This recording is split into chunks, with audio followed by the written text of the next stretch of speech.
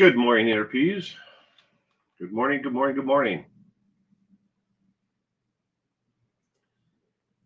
Welcome to this morning's coffee brew. Hope you had a terrific week.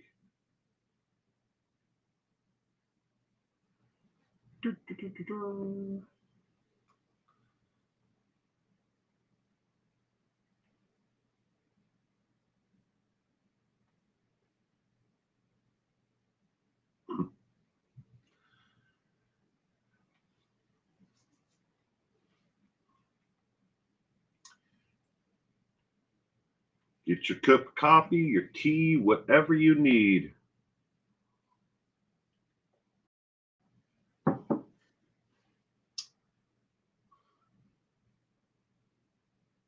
Looking forward to tomorrow's trivia, Dahlia. It's going to be an interesting one. And good morning, Kitty Q. Welcome to this morning's coffee brew. I trust that you had a great week. Glad you could be here this morning.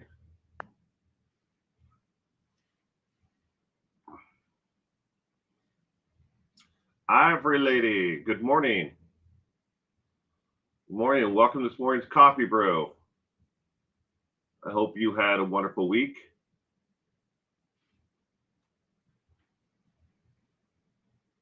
Will, I found James. Oh, really? You found the Facebook page for it? I gotta grab this. Hold on.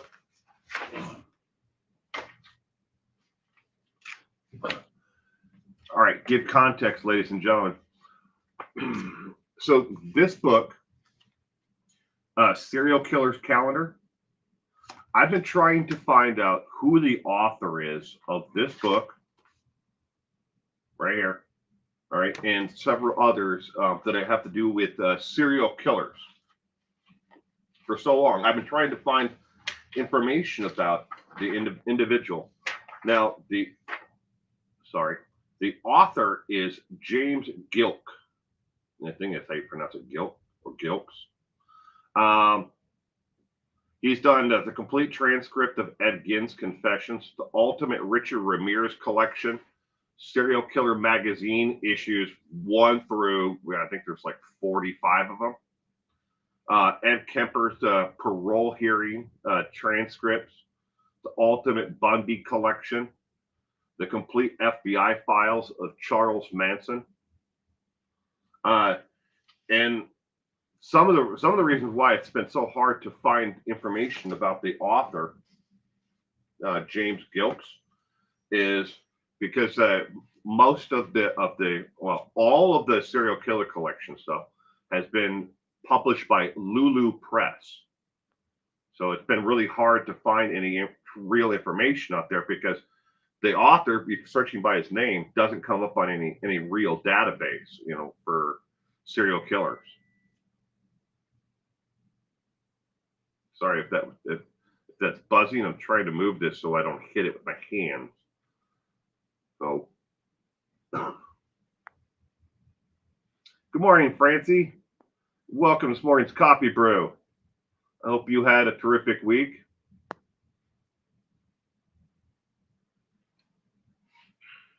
Give it another minute here, and then we'll get the recap going. Hope you all had a terrific week, though. I know I certainly have. I had a terrific week.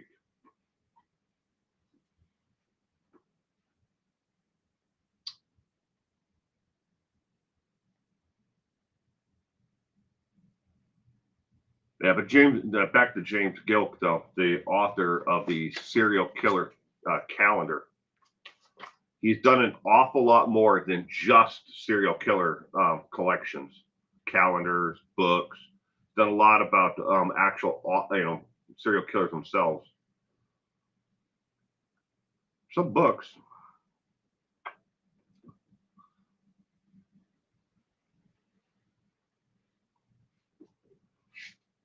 All right. Well, let's get the recap going. And thank you, everyone, for joining me this morning, joining us this morning for this morning's Coffee Brew recap show.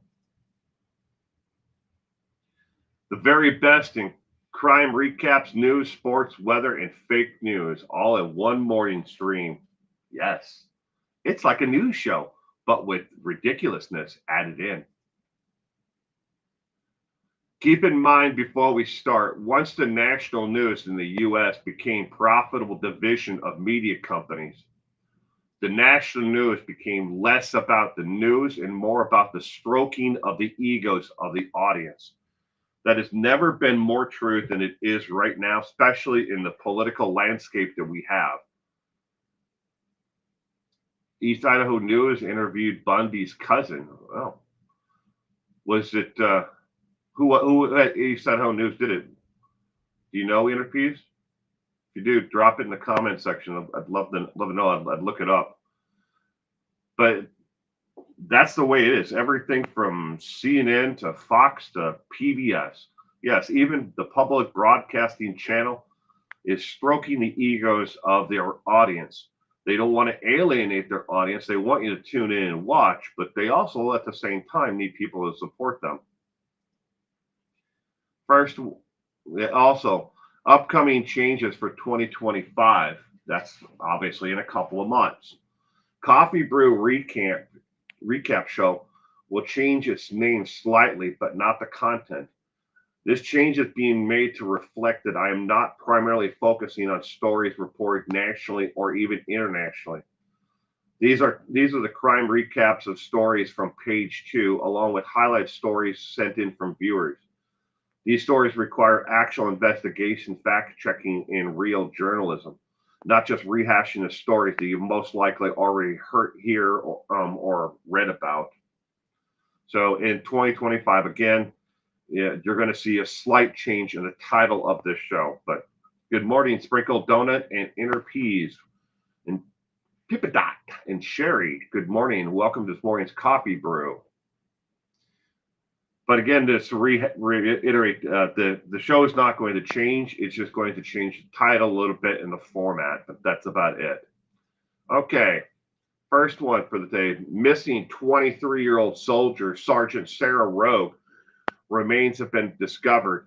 Her remains were found in a dumpster less than 2 miles from where her last sighting was. And this sighting was called in when to authorities, but they didn't take it seriously. But she was found less than 2 miles away from her. But Sarah was a friend, a sister, a daughter, and a soldier. We shouldn't just remember that her as a soldier, with the United States Army. She was someone's friend, sister, daughter. But you can click on this if you want to read more about Sarah Rogue and her disappearance and the investigation into the case. There's been I'm sorry to say, there's been an exorbitant amount of speculation on her disappearance, where she was found, how she was found, what she was wearing, what she wasn't wearing. It's so much speculation, and there isn't anybody who actually has all of the information. Some people have just a tiny crumb of the truth, and they've run with it, and it's sad. Excuse me. Next, in another senseless act of stupidity, in Arizona, Georgia, and in Virginia, several reports have come in of arsonists setting fire to U.S. postal boxes in an attempt to destroy ballots being mailed in. Don't worry, the names have all been recovered, and these voters have been contacted and have received a replacement ballot. Stupid way to end up in federal prison for 10 years. Yes, just setting fire or destroying a mailbox can get you up to 10 years in federal prison. It's a federal crime. Why are these 3 states in particular being targeted? Because they have early voting and they have absentee voting. And each of them, if you click on the link from the ArizonaFamily.com, this is an individual out of Arizona who was arrested for setting fire to this particular mailbox that you see pictured here. And he did it because he was told, or he believed, that early voting in those 3, in his state, particularly Arizona, was more Democratic and for Harris and for Waltz than it was for Trump and JD. So he wanted to destroy these ballots because he believes that, if you destroy them, that their votes don't count and they can't win. But the same thing has been happening in Georgia and in Virginia with absentee ballots that have been mailed in. People have been destroying actual mailboxes, trying to destroy the actual ballots. And it's ridiculous. But this guy was caught, and you can read more about it, if you by clicking on the link there for the state of Arizona and this guy and how many years he's facing in federal prison.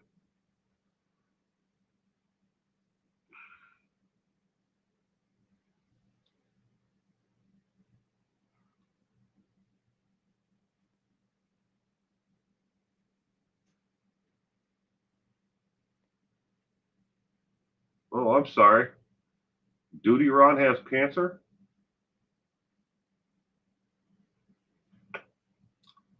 I'll have to text him later on. That's sad to hear. I'll text him later after the stream. But next one, the FBI announced also this past week that they've added 2 more victims that they believe have been claimed by the I-90 Creekwood serial killer. The I-90 Creekwood serial killer case. This case is a series of victims who have been, well, they were sex workers, ladies of the night, whichever you want to call them, prostitutes. But the I-90 Creekwood serial killer is a case they don't have a perpetrator. They don't know who it actually is, but there's a total of 20 women now that are believed to be the victims of the I-90 Creekwood killer. The reason why it's called a Creekwood killer is because the first victims, and I've said that as plural, Creekwood off of I-90 in I believe it's in South Dakota, but that was where the first victims were found. So they're nicknamed the Creekwood serial killer case. But they don't have a perpetrator yet. I don't have a link to this one because it was just an announcement on the FBI's website that they've added 2 more victims. The remains that have been found are believed to be that of victims of the Creekwood serial killer. When did all these women disappear? They disappeared between 1980 and 1993 in that 13-year span. 20 women. Now, some of these women who they have positively identified the remains of were found more than 20 miles from where they were last known to have been. 20 miles. So it may be someone they believe who is either a traveling salesman, someone who travels the I-90 corridor, more often, particularly between the Minnesota border in South Dakota and into Montana, because the victims have been found on 90 between the inside of Montana, across South Dakota, all the way to Minnesota. But again, the first victims were found in the Creekwood area in South Dakota, and that's why it's nicknamed the Creekwood serial killer. They have no idea who at this point, if they do, they're not saying, but they of an MO of who the individual is, other than these were mainly women who were prostitutes, women of the night. But they've identified 2 more and added them to the list of now making it 20. All right, next one. After a lengthy legal battle, audio recordings of Charles Manson talking about his crimes and rambling on about the New World Order will be released. You can click on the People magazine, Peacock, brief little outline for this one. The article is doesn't cover the legal battle, but with the man who is the biographer of Charles Manson has been fighting with 2 different individuals over, the audio recordings. Did he have the right to record them? Does he own them? Who actually owns them? Does the family own them?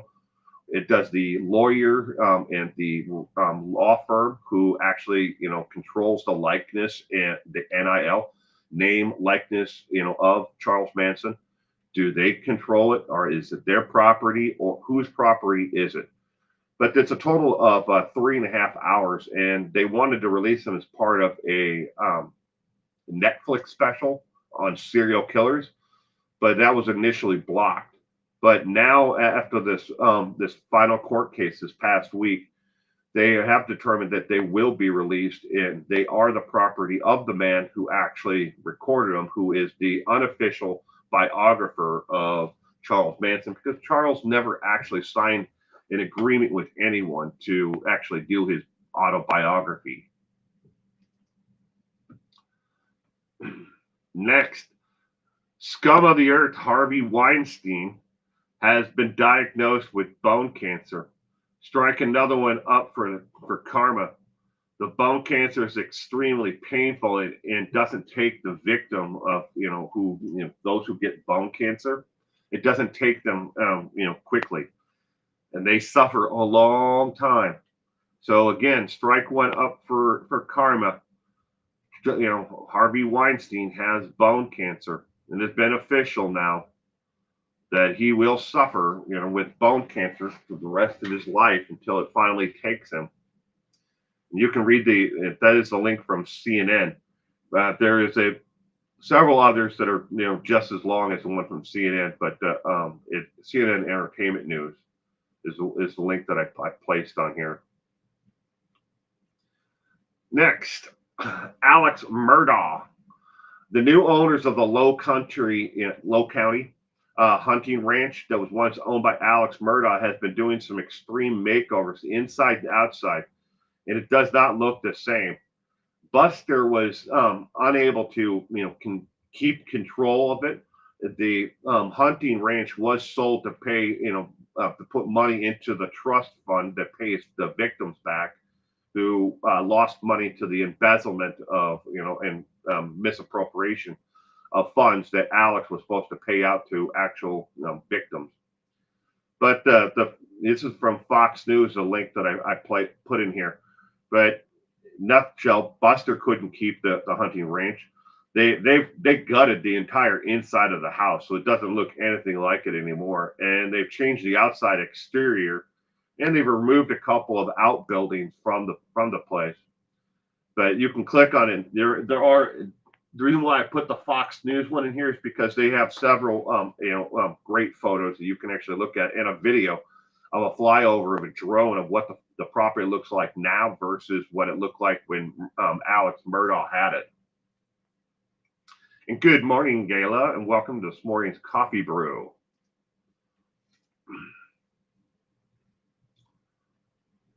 All right, homicide victims featured on America's Most Wanted has been identified after 38 years. Her body was found in a Louisiana lake. This victim's body was found June 19th, 1979 near I-10 twin span bridges close to Slidell. For years, the victim was only referred to by a number. The case number is 3156238719A. Or she was known in the media as the Lady in the Lake, or Lady in the Lake Jane Doe. The woman was found by a fisherman and estimated between the ages of 20 and 30 years of age at the time of her death, and she stood 5'4" to 126 pounds. Orthram DNA lab has finally been able to identify her family and given this Jane Doe a name. Her name is Pamela Lee Hupp, also known as Deborah Gale Justice, from Fort Lauderdale, Florida, is where she was born and raised. Her death has positively been identified as foul play being involved, but no other details have been officially been released as of when I wrote this 2 days ago. But all right, so when it comes to Pamela Lee Hupp, she's been listed in a sketch, artist rendering has been listed on several different websites, including Name Us and on the Charlie Project, but no one had an actual photo of her other than the one that I'm about to show you.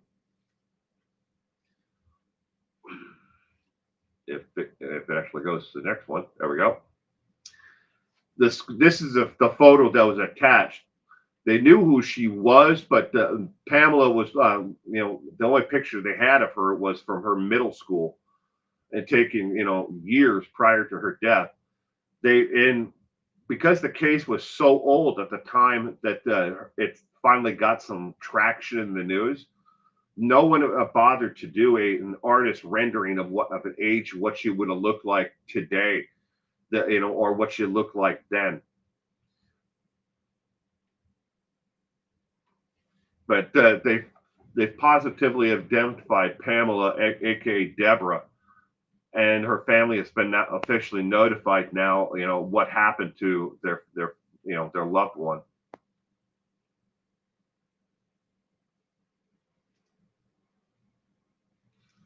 All right, stupid sports and weather from around the United States. All these stories are 100% real, but they make you wonder why people are really taking part in this, or why are people risking their lives to do it in this type of weather or sport. First one, weather related. This one, when it might be interesting to anybody out there who may have nuptials coming up. In the year between 2021 and 2023, 7,319 people worldwide were hurt while either traveling to or from a wedding being hosted outdoors. Additionally, 134,641 were hurt from falling displays to tree limbs, resulting in small boo-boos, concussions, and even death. So, with that in mind, don't ask me to attend your wedding if you're having it outdoors.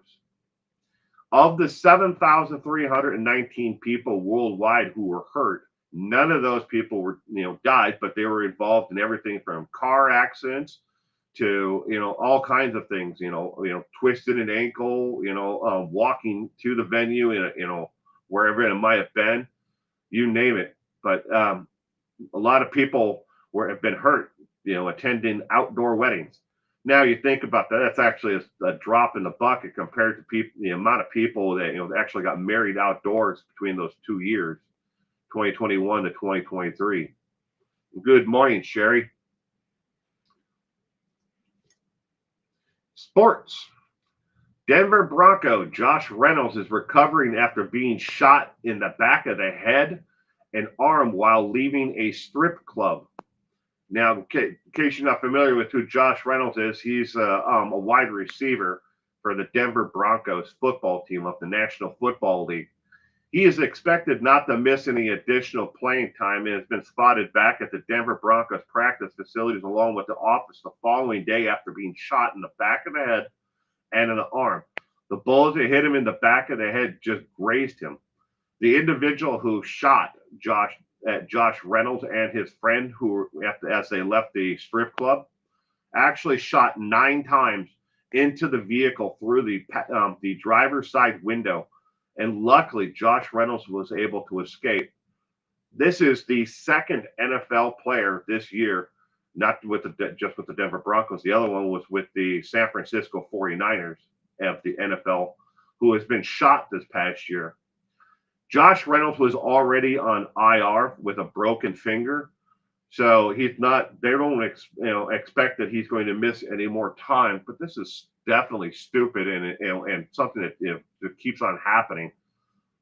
These players, they go out to places like a strip club, Josh Reynolds, and they put themselves in these situations where they shouldn't have been. But still, there's no reason to shoot or try to kill someone over, whatever dispute you may have. All right. Fact or fake? Can you find the real news story? Here is how this works. I will present you 3 stories widely reported on the internet. You have to tell me which one is real, and no need to tell me which one is fake.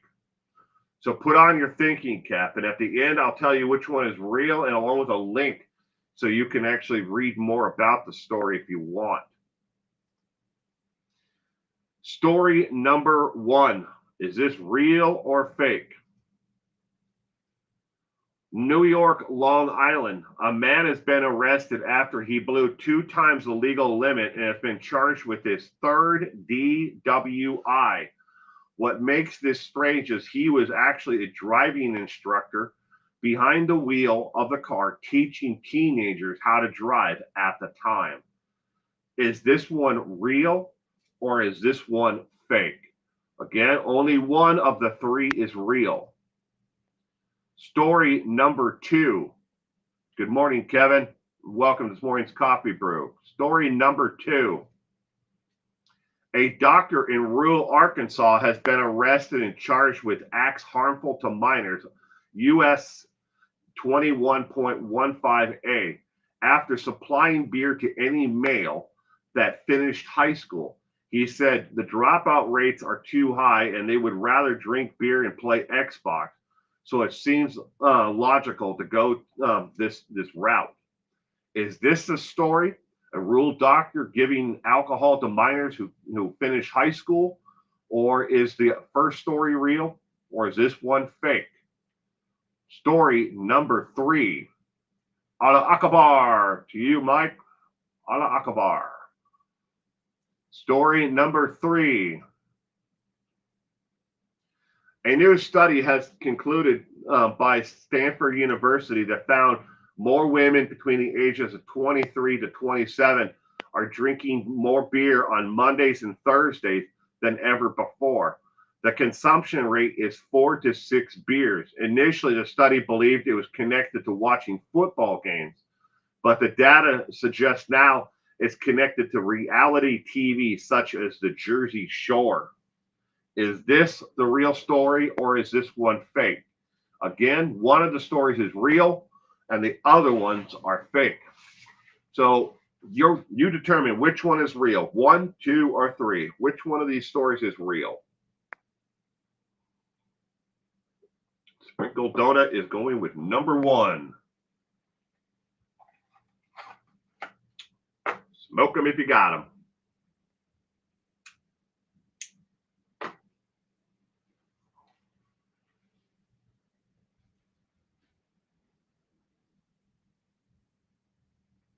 Ivor Lady and Mike are going with 3. Kitty Q, 1, question mark, double question mark. Whoa, I don't know. He really doesn't know. Cement Shoes is going with number 3. Pretty in Camo, good morning, Pretty in Camo. I hope you are doing well. Jersey Shore one. Sherry and Pippa Dot. Oh, Sherry's going with 1. Pippa Dot and Francie. Good morning, Francie. Young women drink beer. Yes. Females, in case you're wondering, it has nothing to do with if that's a real story or not, but females in general are the fastest growing demographic between the ages of 18 and 30, are the fastest growing demographic for NFL football fans and those who play fantasy football. They're the 18 to 30, the fastest growing demographic.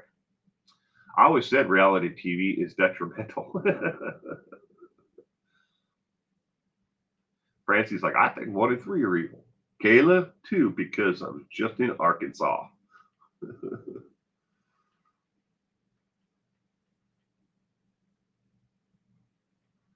All right, ladies and gentlemen, the real story is story number 1.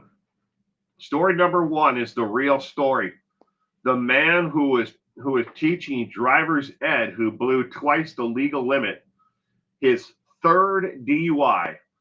The first and second DUI he got were back almost 20 years prior, but he has now caught his third DUI. But this time he was a driving instructor giving instruction to teenagers at the time that he was arrested for DUI. He had teenagers there. He had 3 of them in the car, 1 in the driver's seat, him in the passenger seat, but they still have controls, brakes, and stuff like that in these driver's instruction cars. And he had 2 passengers in the back. and he was twice the legal limit at the time that he was arrested. Story number one, and this is the link is from ABC News, but you can find this on Fox and everybody else. It's very, very widely reported. All right, upcoming trivia nights. So this coming Sunday, we have De La Diplota. He Had to Die trivia. Some of the other trivia nights that I've already completed, but they're coming up. These are the ones that are coming up in the future, not the next one after Dahlia, but these are coming up down the road. Dr. Anthony Garcia, Mary Ann Cotton, Coral Eugene Watts, Mob Killers and Bosses, John List, plus much, much more. These trivia nights are coming up. They are not necessarily going to be the next 5, but they are coming up. I do have 2 more that I'm also working on that they're coming up that are not listed, that are almost finished. And one of those finish up first, they might be first. Stop saying no and start saying yes, ladies and gentlemen. And I mean that. So much of our lives, we all get into ruts in our lives where we build up walls around us. What is our comfort zone and what we do, it's like, hey, I really like reading my book or doing puzzles, tuning in Saturday morning or Sunday evenings for trivia night, and it's safe. The people are going to be around, but we say no to anything that's outside of that bubble. So the reason why I'm saying this is last night, my wife and myself, my sister, her husband, all took a bold stand and decided to say yes to life. And here's the kicker. It didn't cost hundreds of dollars or require a fancy excursion. Nope, we just had to say yes and step a little beyond the cozy walls of our comfort zone, which we've spent years meticulously crafting like some kind of fortress. Turns out embracing life is mostly about the little attitude adjustment. Who knew? Just a reminder that sometimes the best moments come from letting go, stepping out, and maybe laughing at ourselves along the way. Last night, me, my wife, and my sister and her husband went and saw comedian Joy Coy. He calls himself the funniest Filipino. That's why it's in quotes. No, really, my side is still hurting from laughing from last night. And that's a couple links to some YouTube videos if you want to watch them. And these are some pictures from last night. The one in the left corner is us at dinner. We went out to dinner and drinks first. And the one in the purple is my wife, and the one to the right, and the one in the white coat in the middle is my sister. But we went up. This is at us at the actual venue. But dinner on the left, venue on the right.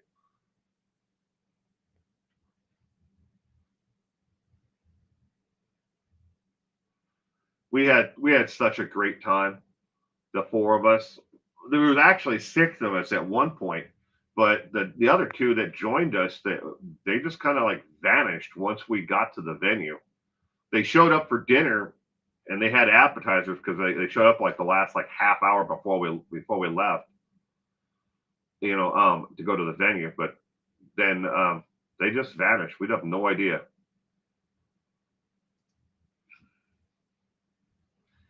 All right. Speaking of things that are funny, I'm going to share with you guys some reviews of what people are saying about this Saturday morning. This is not about trivia night. This is just about the Saturday morning crime recap show. These are real reviews that have been left, in comments on my actual channel in the last 30 days. So you're talking the last 3, coffee brews. I would watch this show again if nothing else was on. That's an actual comment. And these are real comments. I'm not making these up 4 out of 5 stars. It was hard to assemble the bottom shelf. Need bigger screws for bracket. That was a review that was left, a comment that was left. Sorry I missed the live. I was scrubbing my bathroom floor. It's worth coming back for. It's free after all. Yeah, these are real reviews. Never know what will be covered by Will on this, in quotes, Will, on this show next week. I'll be back. Next, another one is graphics are okay. Story is great. Host is weird. Speaking of me. The recap would work better as pacer in my view. And the little symbol there, reverse the word pacer, and it's that spells out recap. Thumbs up counts just like blue lives. I get the blue lives part, but thumbs up count just as blue lives. Okay. Another one, Willie will be back soon. Stay safer out there. These are real reviews.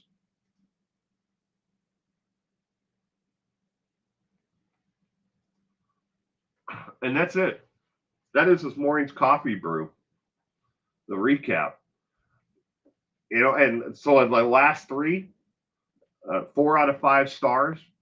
Need bigger screws for bracket. Obviously, that they meant to put that somewhere else, but I don't know why they would leave that as a review for my morning stream. But I'll keep that in mind though for that individual.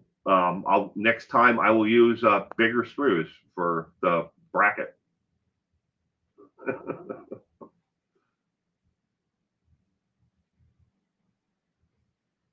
They say I'm weird. Yeah. Samsonite Sarah. Yeah, didn't her trial just start this past week? About how, why she stuffed her boyfriend in the luggage and left him there. Scrubbing the bathroom floor might be short nights. Oh, did you see that? Did you see the actual comment?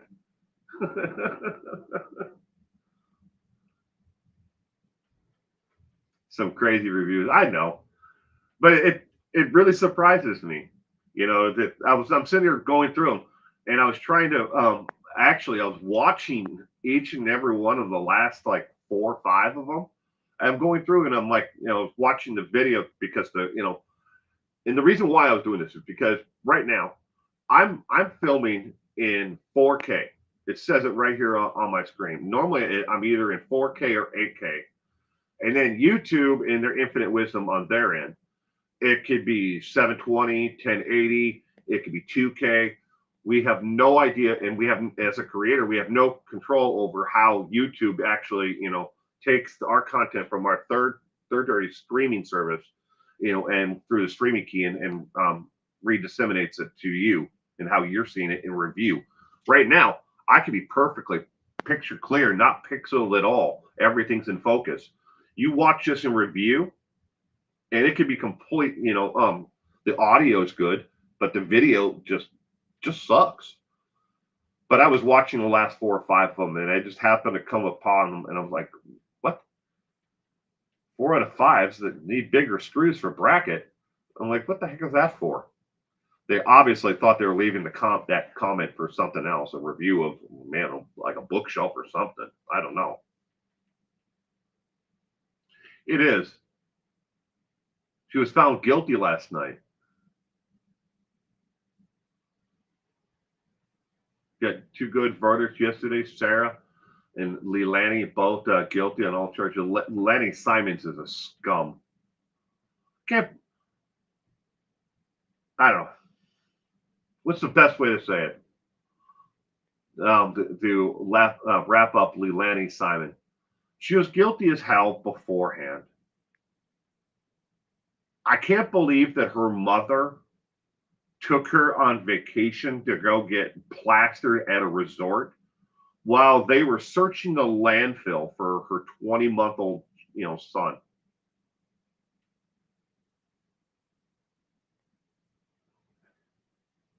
I don't understand why she wanted to hurt him in the first place, or why she did it.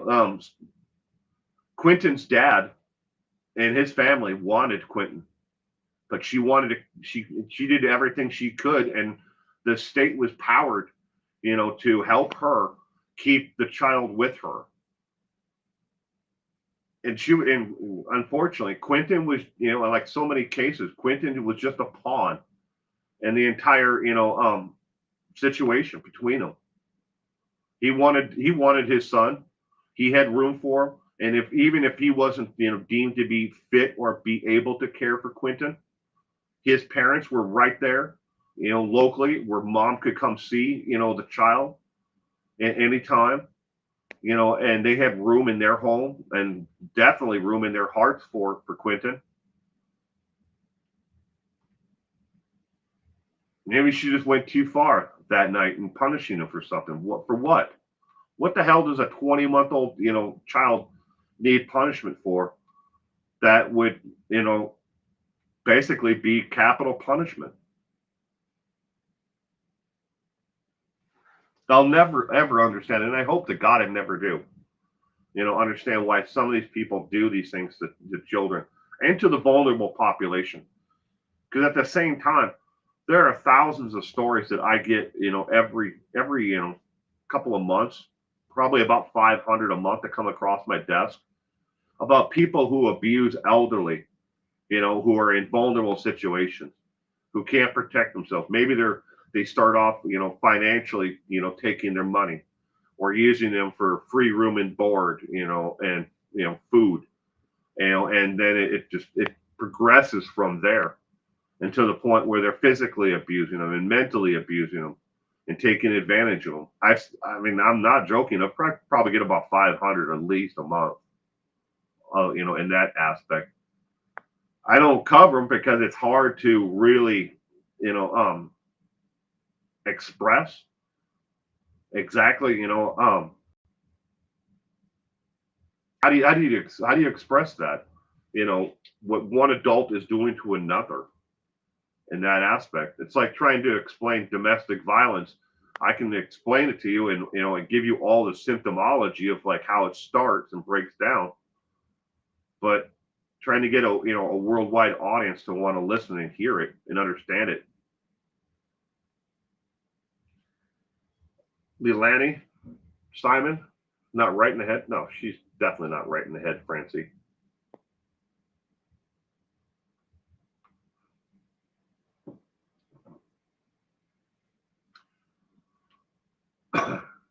Yeah, Quentin is definitely going to be missed by a lot of people. And I'm sure that Bullhorn Betty, has got content coming up out about it if she hasn't already, about the verdict. Colby Ryan says his mom wants to represent herself at her next trial. So why are we even having the trial? We already know what happened to Charles. We know exactly what she did. She hired her brother to execute him. She put her brother in the situation and then took off with JJ and Ty Lee and knew exactly what was going to happen. And is the first call that her brother Alex made was to her. She can't deny that. He called her before he called 911 to report that he shot Charles in self-defense. Yeah. If Charles was really going to hit him with an aluminum baseball bat to the back of the head, he would have needed serious medical attention. And I don't know about you, but everything I've ever read about Charles was not a violent individual, but he can protect himself. But he can't protect himself, against someone with a gun who is definitely out to, who never should have had a gun in the first place, and he should never have had the rights to have a gun. They should have been taken from him when he wanted to kill Joseph.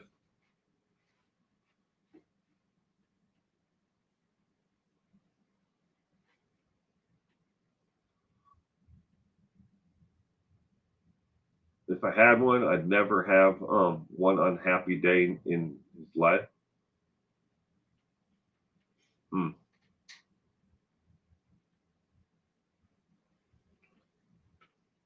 I don't have anything against, Bullhorn Betty. It's not, her content is not for me, but to each their own. I know people enjoy her content. It's over the top for me. It's just like people that like Armchair. I'll never understand it. Never understand it.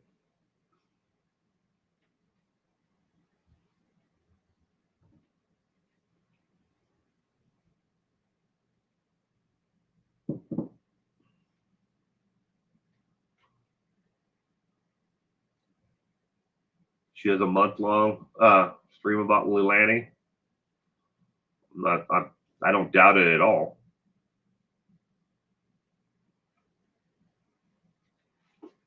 Yeah, I'm sure there'll be a lot of other, once now the conviction is out there.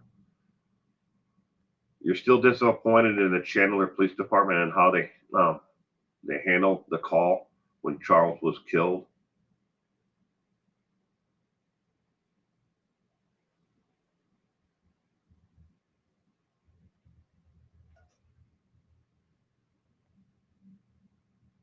I mean, okay, I'll go with that, Mike, to a point.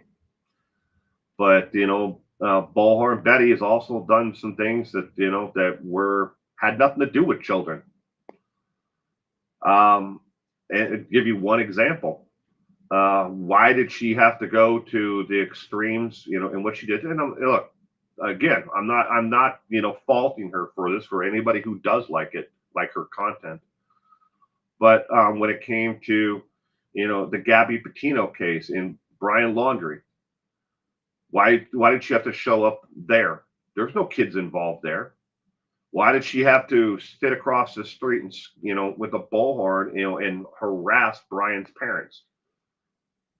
Was that going to, was there, that's a situation, again, that's just one example. I mean, I could give you a whole bunch more, but again, I'm not, whatever. If you guys like her content, that's great. I don't have anything against her. It's just not for me. What's for breakfast, Francie? Don't know. It's not my turn to make breakfast today. Today is it's all up to the wife to make breakfast today. I made my son breakfast before I came out here because he got up early. I made him a French toast, strawberries, um, ham, like the country ham, the thick like slices of ham. He wanted that instead of bacon. So, and scrambled eggs. I scrambled him 2 eggs.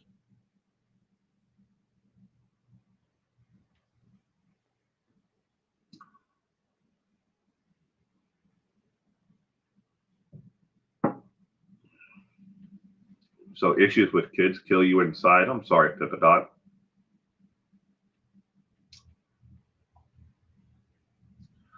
Yeah, I'll never understand it. I mean, and look, there's other cases besides just Quentin. Quentin, at least we have the family has closure there. Now we have a conviction. We have an actual, a grave. We have, that closure is there for the family. And there's so many others out there where the child hasn't been found yet.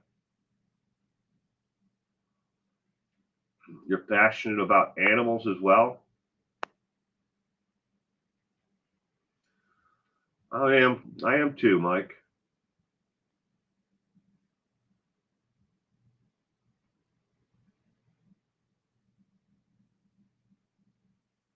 Lucky kiddo. Yeah, growing like a damn weed. I mean, it to me right now, Francie. I just bought him, a bunch of pants. Um, well, maybe this is probably like 3 months ago. He's already outgrown them. He's grown like a weed. It's like every time I seem to catch up on, getting enough clothes for him to wear, enough outfits. and then the kid just bloop, just keeps on growing. That's the stage that they're in at this point. I mean, he's only 8, and just thinking where he's going to be in 10 more years. Probably going to be taller than me.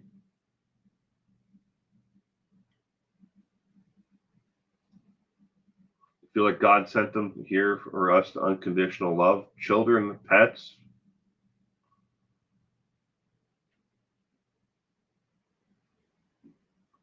You know, I've never had just a pet, you know, per se, as people, you know, think of them. They've every dog, cat that I've ever had, they're members of my family.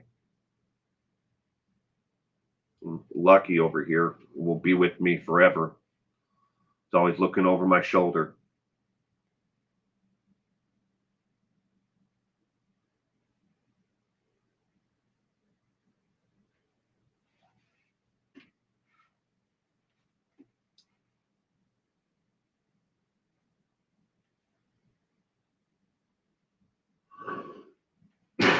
Excuse me. Best thing about this time of year where I live is all the trees and the pollen have finally stopped. It's like, you know, the last week I feel like I can finally breathe again. Been hacking up, you know, stuff forever.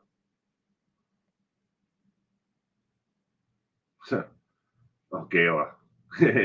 I wish it was just breakfast. Yeah, give you an example of what, you know, Monday through Saturday, you know, is like. Well, Friday, how about Monday through Friday? Monday through Friday. Wakes up in the morning. I make him breakfast every day. He eats that. Then he goes to school, and he eats breakfast once he gets to school. And then at school, he has lunch. And then 3 hours later, he comes home from school after having lunch at school. The moment he comes off the school bus and runs into the house, he starts eating, and he doesn't stop eating from like 3:30 until 6 when dinner is done. Then he eats dinner, and then he might take a hour off somewhere in there if I'm lucky, and then he'll eat more, and he'll eat until about 7, and then you know we have to cut him off at that point. It's like, okay, how about, you know, you have just something to drink instead, you know, water, an apple juice, orange juice, something, anything besides just eating nonstop. And he's so damn skinny. Now, according to, you know, his pediatrician, the likelihood is you know, he's always going to be, you know, skinny as a rail like he is, you know, because he was a preemie, and a lot of preemies don't put on the, you know, as they grow, you know, get bigger, you know, like he is now. They don't put on the weight as easily, you know, as other children do. But he's in his percentile, you know, for weight and everything, you know. But he's definitely taller than every other kid in his class. He's a full head, you know, taller than everyone. He's almost a head and a half taller than every one of his friends. They're all the same age. His best friend Daniel, and him are 6 days apart in age, and my son just towers over him. Yeah, he's going to end up big. He's only in the second grade. No, no, not at all. I wish, Francie. We can't get him that. We can't get him to chunk up, man. And the worst thing about it, Francie, is the boy has no butt. There's nothing to keep pants on him. They just go blip. They slide right off him. He's got no hips yet. No hips, no butt, nothing to keep pants up. So everything that fits him lengthwise, you know, in length of you know, for his legs, they fit that way. But then, you know, he's got to put a belt on or something else to strap them to him.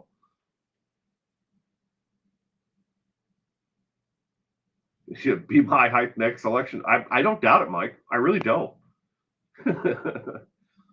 He's growing like there's no tomorrow. I mean, he from last year, you know, he had his checkup last year as doctor. He has the annual checkup for shots and, you know, wellness checkup.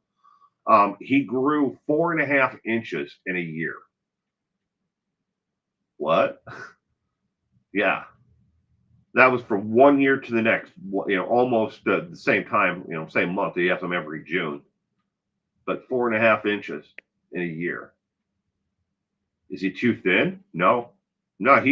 Francie. He's right in there where he should be for body mass, fat mass, everything. It's just where's it go? I've somebody, I think it was Kitty Q, who joked that about child having a hollow leg. It's like, where the hell does it all go? Does Taco like tacos? No, actually, Inner Peas, he doesn't. He does not like tacos. Um, if he has a taco or burrito, he'll take it apart and then eat the inside out and then tear apart the rest of it.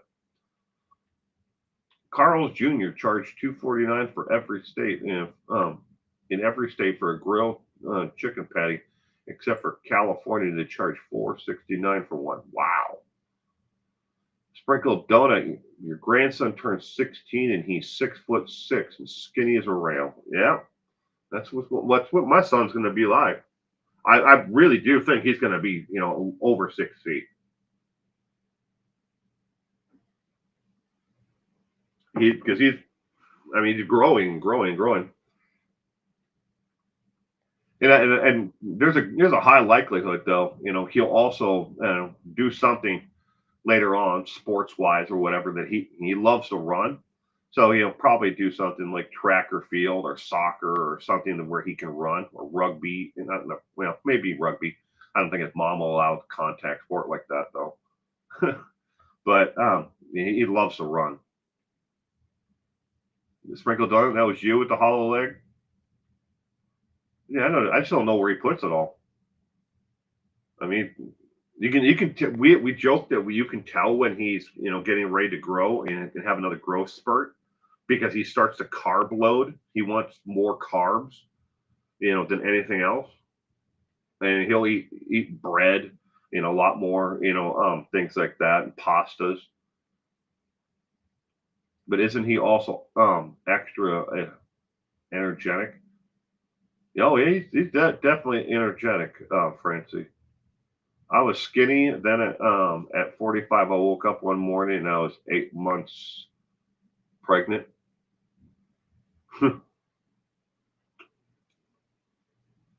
16, 6'6". Wow. Oh, Taco, he wouldn't like living with me. I cook tacos twice a week at my house. It's probably been 3 or 4 months, Gayla, since we made tacos at home. My wife loves tacos. My daughter, when she comes by, she likes tacos too, but they're or burritos.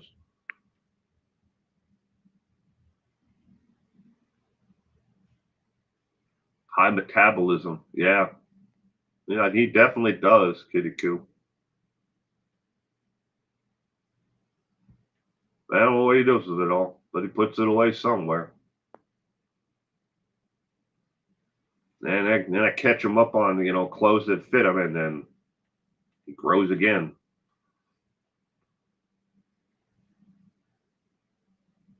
Let's all go to galas for tacos.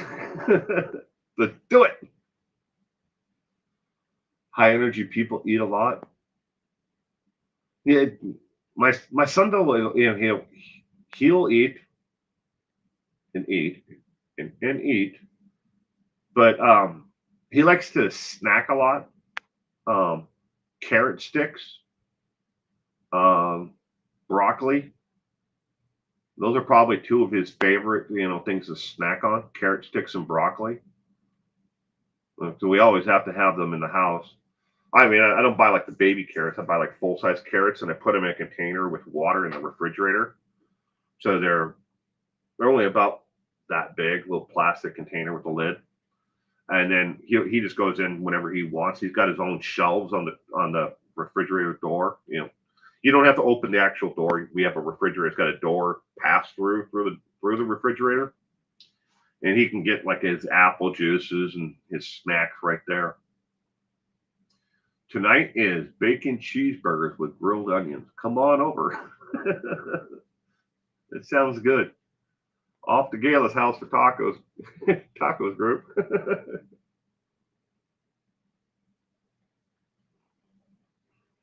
Tonight I'm making pork pad thai. I'm making pad thai tonight. In a piece. I'm getting hungry. Grilled onions that I love makes the meat taste so good.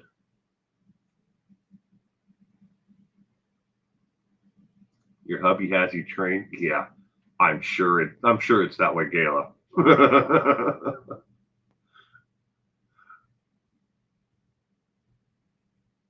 In the same area. You know, in my area where I live here, I mean, and I'm talking about my actual city itself.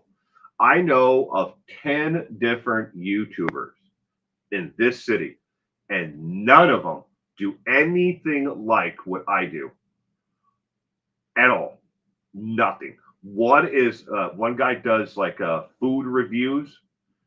He'll pick like a restaurant and he'll do a review of each and every item that they have on the menu.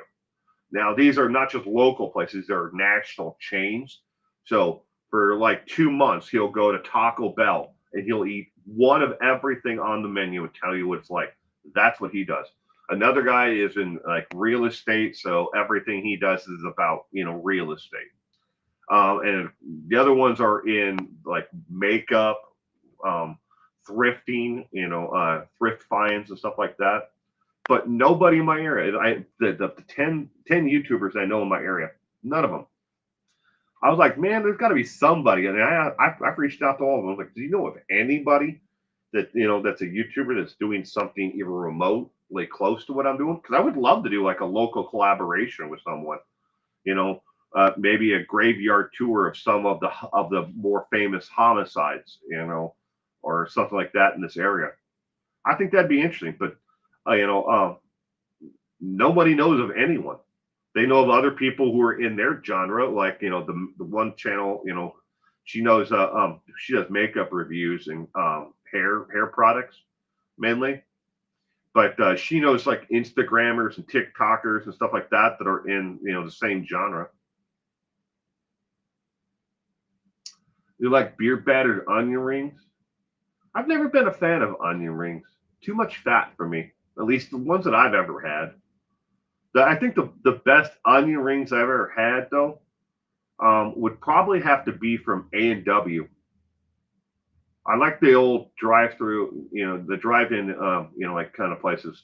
I mean, if I do eat fast food, which is very very rare, I like Sonic.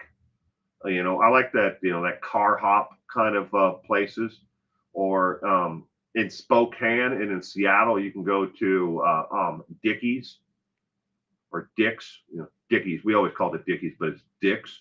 You know, um, car hop. The cement like tacos.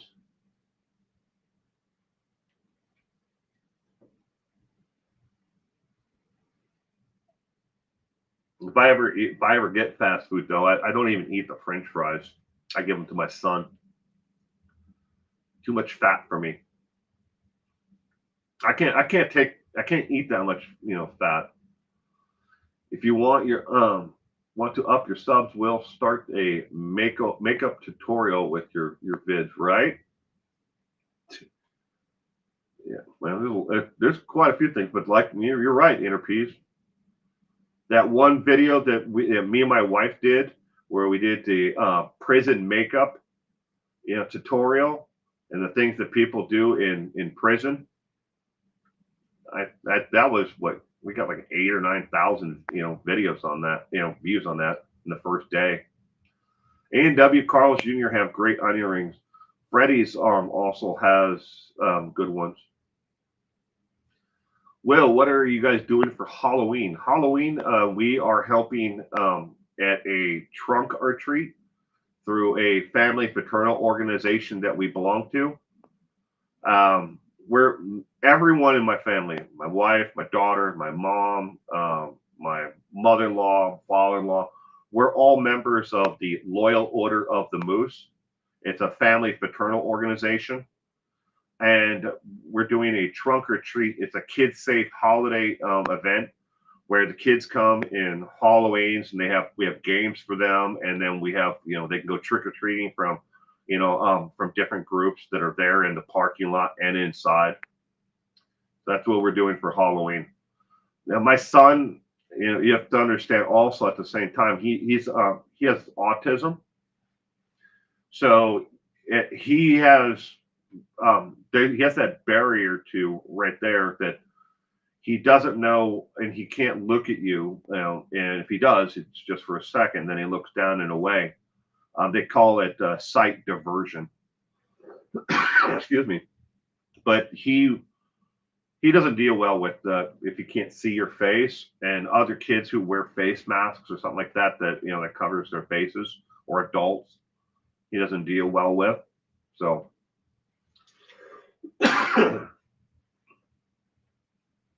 so that's what we're doing for Halloween. I would love to do something like, here on YouTube, have, do Last Man Alive, a screening of that again, or, a special, that night. But we're doing that instead. Give back to our community.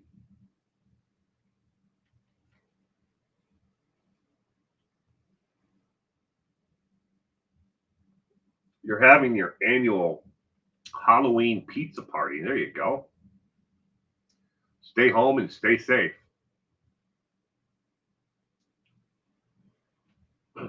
Sarah Boone. There's a whack-a-nut.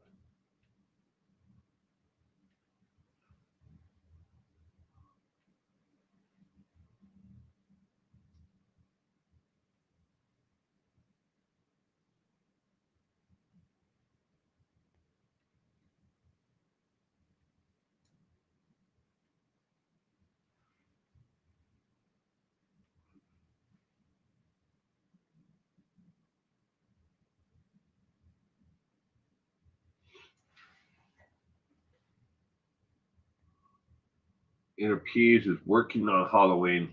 Our boss just emailed us if we don't come in, not paying you. Wow, that's a lovely message to get. And my wife has to work that day, but she's off at no, Halloween's on Friday. No, she's off on that day, all day. My wife works 4/10s, Monday through Thursday, 4/10s. She's part of the electrical union, even though she's not an electrician. The Teamsters are her union, but they work 4/10s.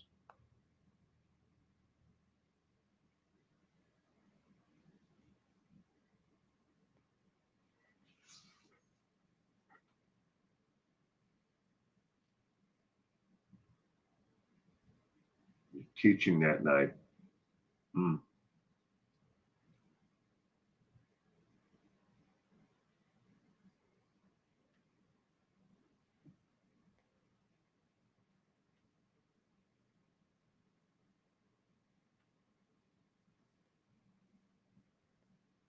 Is it Thursday? Yeah. See, that's what I get for not paying attention. Well, Thursday, my wife still has to work that day, and she's off. She'll be home by like 4 or 5 on Thursday. I thought Halloween was on Friday for some reason. I don't have a calendar anywhere near me, where I am. But thank you, Sprinkton Donut.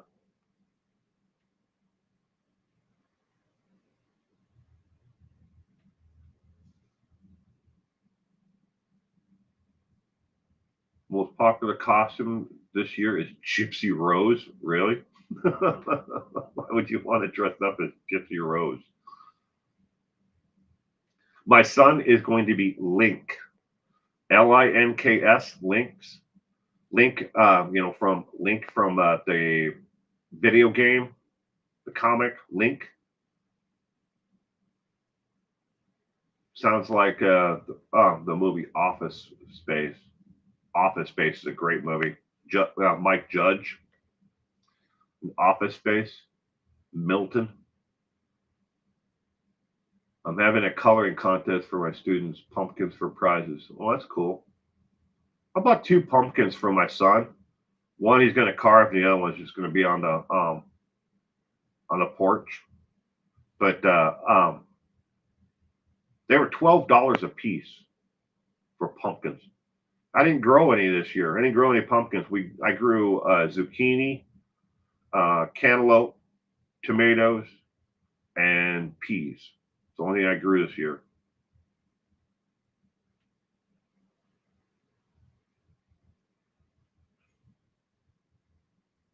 Is Zelda here?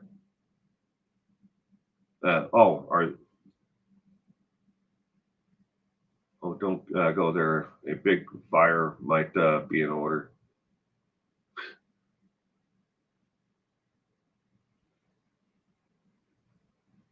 You know, why anybody want to be Gypsy Rose, though?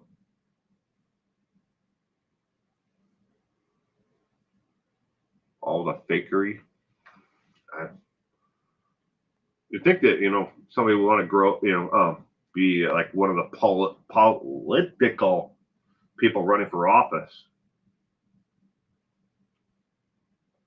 Your hubby works 12 hours on Halloween, but he just got it off. He'll bring in all 20 pounds of leftover chocolate bars that we don't hand out.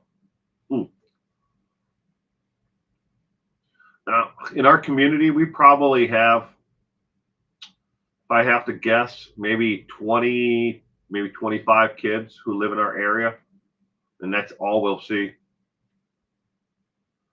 Did you guys see who's dressing up as Gypsy and Dee Dee for Halloween?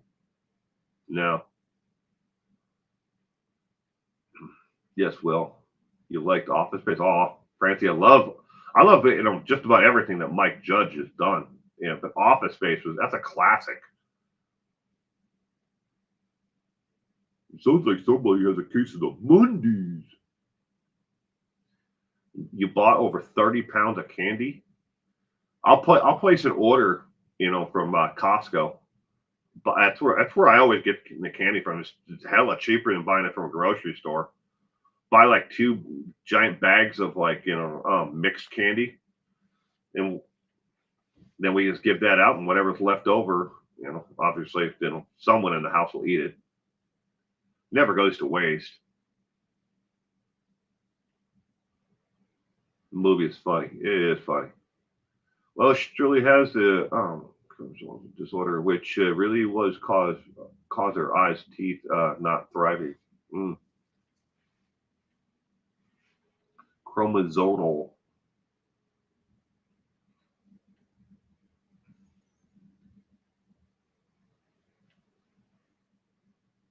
Past 10 years, tons of work. I've had 0 trick-or-treaters. Yeah, we live in a gated community, so the only kids we'll get is just the ones who live in this actual community. We don't care if they're young kids or teenagers. Not a whole lot of them here.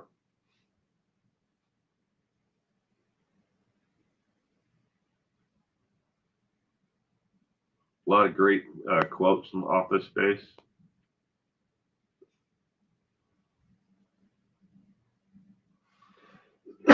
You never get trick-or-treaters in your area.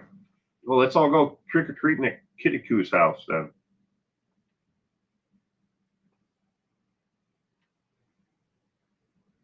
Never one kid. My friend lives in an apartment complex, and they get trick-or-treaters in his apartment complex. They don't go door to door in the complex. They just the office. So residents who want to give out candy, they just go to the office, and then they have a table there and display and stuff, and they hand out candy. Super Chat Cat, good evening or morning, and welcome to this morning's coffee brew.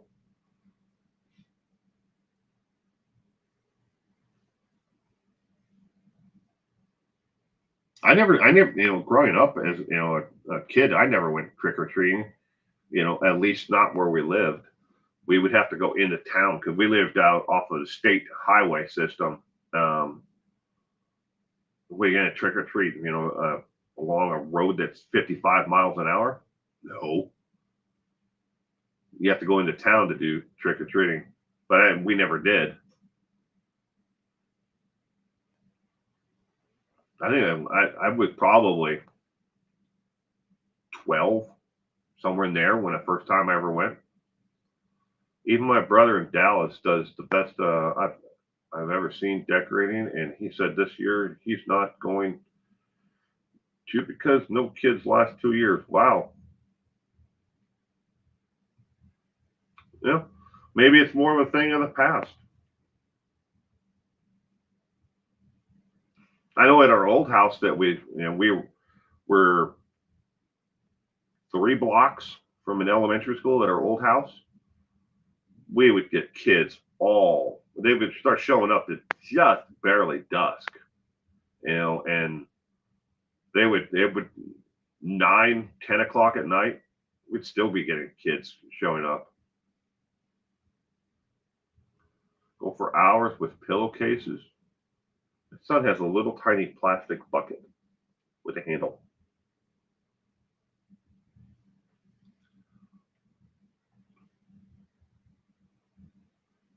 A pillowcase, wow.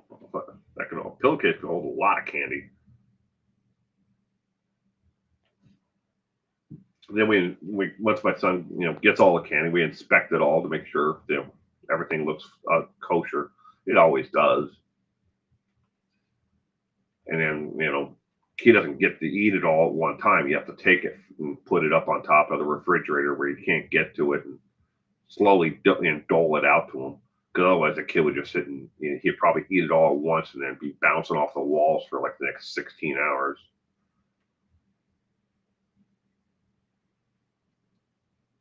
And go back out.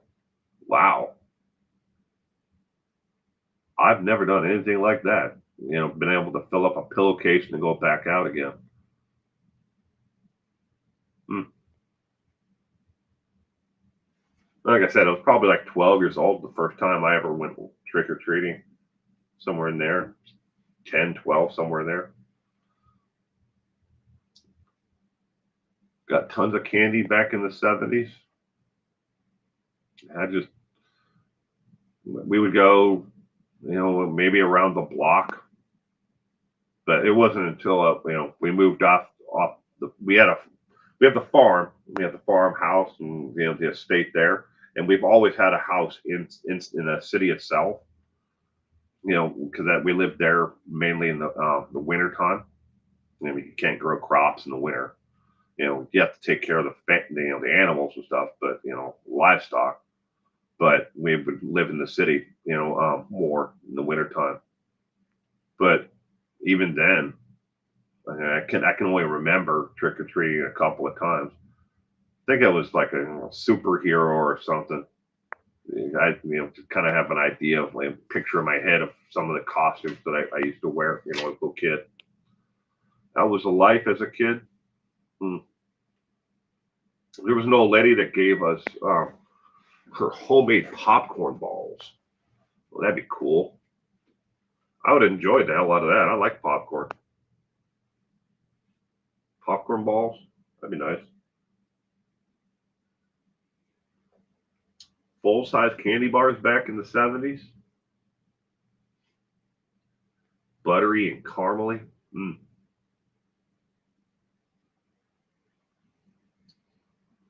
Definitely think COVID made trunk or treat popular.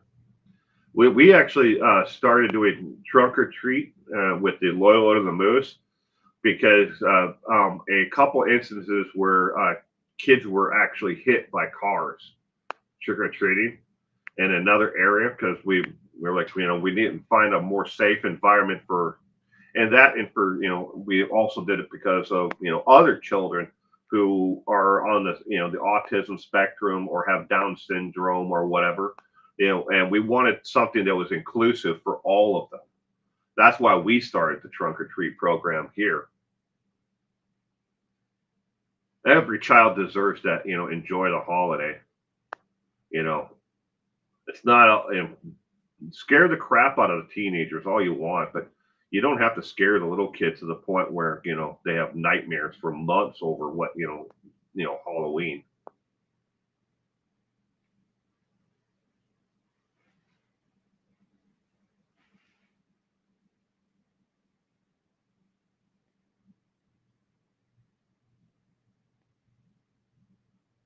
You make caramel popcorn balls? That sounds great. I'll take some snickerdoodles. Put some snickerdoodles in a plastic bag. I'll take those for Halloween. All this food and candy talk, yummy.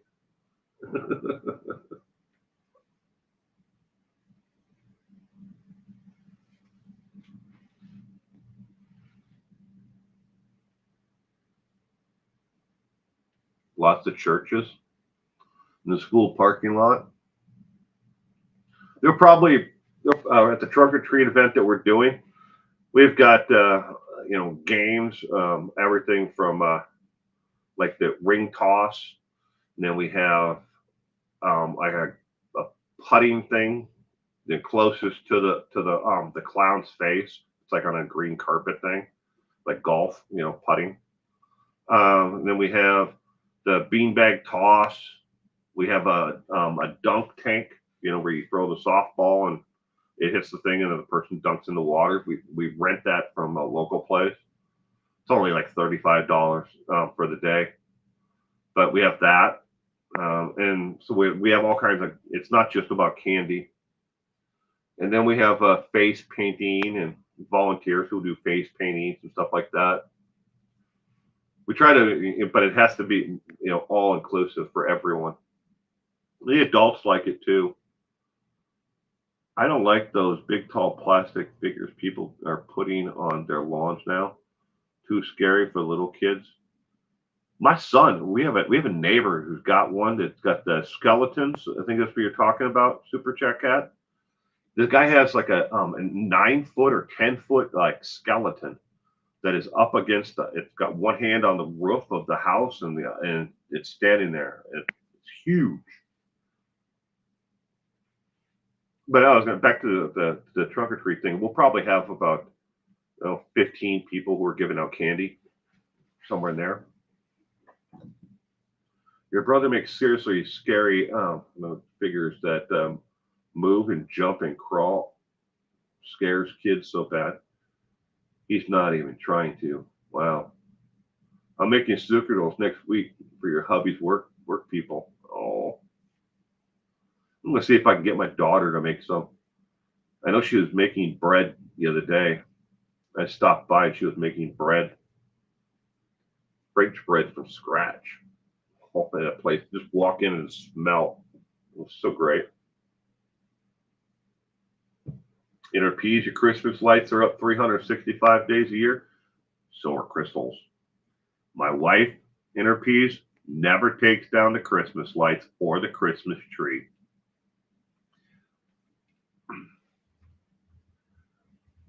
They'll be on for Halloween too. There you go.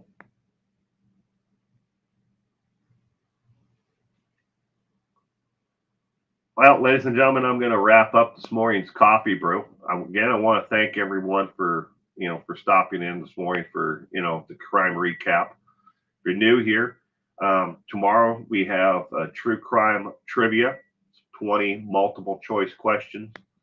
Yeah, that's tomorrow night at 4 p.m. Pacific Standard Time, 7 o'clock on the East Coast of the United States Eastern Time.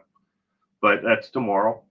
I hope that you'll be here. I know there were, some probably have all left now, but there were some here who were just listening.